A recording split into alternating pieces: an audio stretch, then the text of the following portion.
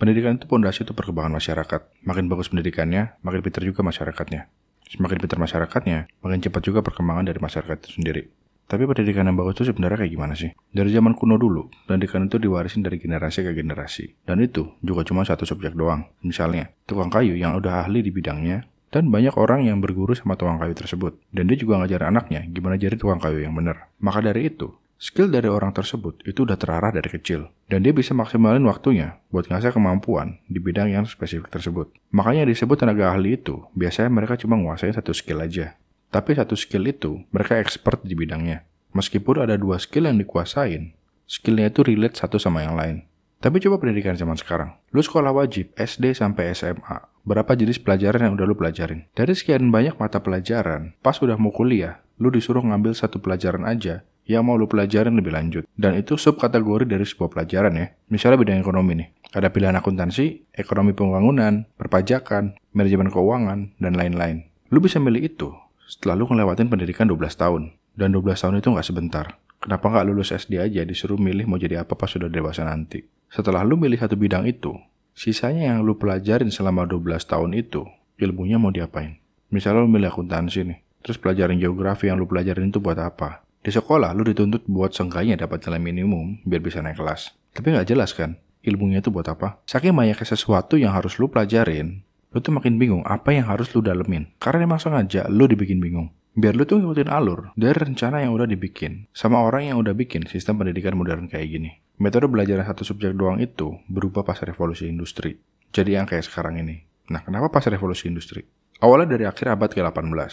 Pas kerajaan Prusia atau Jerman yang sekarang invasi ke Polandia. Dan setelah kerajaan Prusia itu menang, banyak warga Polandia yang masih setia sama negaranya dan masih nganggap kalau Prusia itu musuh.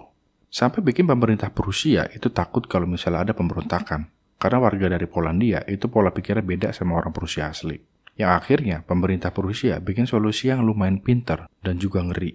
Mereka tahu kalau misalnya orang yang udah dewasa itu pola pikir sama mentalnya itu susah buat diatur. Karena orang dewasa itu udah punya pemikiran yang solid. Jadinya pemerintah Prusia ngincar anak-anak yang mentalnya sama pemikirannya masih gampang buat dibentuk dari awal. Pemerintah Prusia mau bikin anak-anak ini nurut dan cinta sama negara Prusia. Nah, caranya gimana? Mereka bikin sistem pendidikan sama kurikulum baru. Waktu pendidikannya 8 tahun, anak-anak nggak diajarin kreativitas dan caranya mandiri, tapi anak-anak diajarin patriotisme sama bela negara. Dari awal masuk sekolah sampai mereka lulus. Buat bikin mereka tuh nurut sama Prusia atas kemauan mereka sendiri. Mirip gak sama pendidikan kita yang sekarang?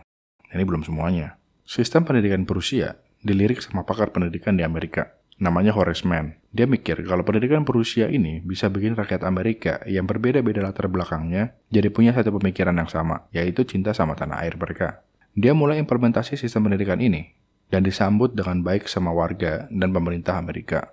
Bersamaan sama implementasi sistem pendidikan itu, di Amerika tuh ada revolusi industri besar-besaran. Dan ada beberapa pelopor industri yang butuh banget pekerja buat kerja di pabriknya. Salah satunya itu John D. Rockefeller. Dia itu tokoh terkemuka di bidang industri Amerika Serikat. Dia punya banyak bisnis, salah satunya bisnis minyak bumi. Dia pernah ngendaliin 90% dari perdagangan minyak bumi di Amerika. Dan dia punya kekayaan sebesar $900 juta.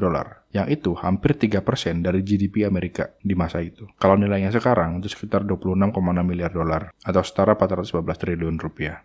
Di Amerika dulu, kebanyakan peternak sama petani. Dikit yang punya skill industri. Banyak juga orang yang susah diatur, males, dan gak cocok kerja di pabrik. Di pabrik itu kan harus disiplin dan nurut sama atasan. Jadi, Rockefeller susah kalau misalnya mau bikin pabrik baru atau usaha baru karena tenaga kerjanya itu gak memadai. Nah, terus dia dapat kabar soal sistem pendidikan yang dari Prusia ini.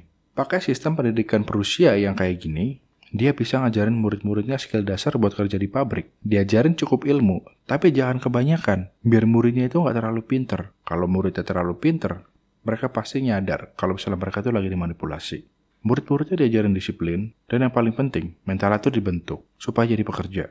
Jadi buruh, nurut sama atasan. Kalau disuruh, nggak usah banyak tanya, udah jalanin aja. Sekarang juga gitu kan, jawabannya itu udah pasti baik pak, baik bu, segera pak, saya kerjakan. Dah langsung jalan gitu aja, nggak nanya apa-apa. Rockefeller itu dibantu sama pelopor industri lain. Namanya itu Andrew Carnegie. Dia itu pelopor industri di bidang pengolahan baja. Karena masalah yang mereka sama, kekurangan pekerja yang punya skill di pabrik, mereka tuh invest ratusan juta dolar buat bikin sekolah, bikin dewan pendidikan baru, bikin kurikulum baru, dan training guru-guru supaya pakai kurikulum mereka. Nah, ini tuh statement Rockefeller kalau dia nggak butuh negara pemikir, dia tuh butuh negara pekerja. Dan organisasi yang dibuat sama Rockefeller juga sama tujuannya.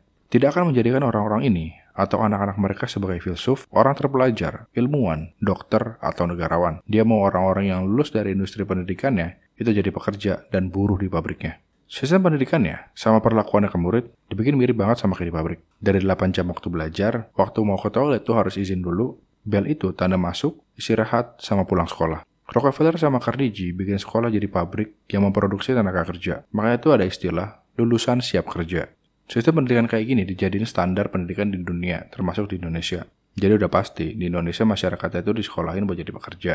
Misalnya nggak dibentuk buat jadi pengusaha, nggak diajarin caranya memulai bisnis, dan cuma dikasih pilihan. Kalau lu udah lulus nanti, cari kerja, bukan usaha. Lu didoktrin dari awal, kalau berbisnis itu resikonya tuh tinggi, dan susah buat suksesnya. Budak di zaman dulu, itu manusia yang disuruh kerja, nggak dibayar, cuma dikasih makan doang biar nggak mati. Budak zaman sekarang, sama disuruh kerja juga, dikasih uang yang cukup buat makan, sama biaya bulanan doang. Dan sekarang namanya itu bukan budak, tapi karyawan. Sistem pendidikan yang kayak gitu, bikin mental jadi tempe. Cuma ngikutin alur aja, gue lagi di SMP, habis itu SMA, habis itu kuliah. Terus kerja, jadi karyawan sampai umur 53 tahun. Habis itu pensiun. Di umur 53 tahun, lu mau ngapain? Hidup lu dipakai buat kerja doang. Uang belum tentu punya, tenaga udah tinggal dikit. Makanya bebasin diri lu. Bikin target. Hidup lu tuh 2-3 tahun lagi itu harus kayak gimana? Kerja keras, rajin. Yang punya bakat aja gak ngejamin sukses kalau dia gak kerja keras. Apalagi gak dua-duanya. Kalau lu mau tahu lebih lanjut tentang Rockefeller, lu bisa nonton video ini. Gue ucapin terima kasih buat lu yang udah nonton sampai sini. Dan jangan lupa subscribe.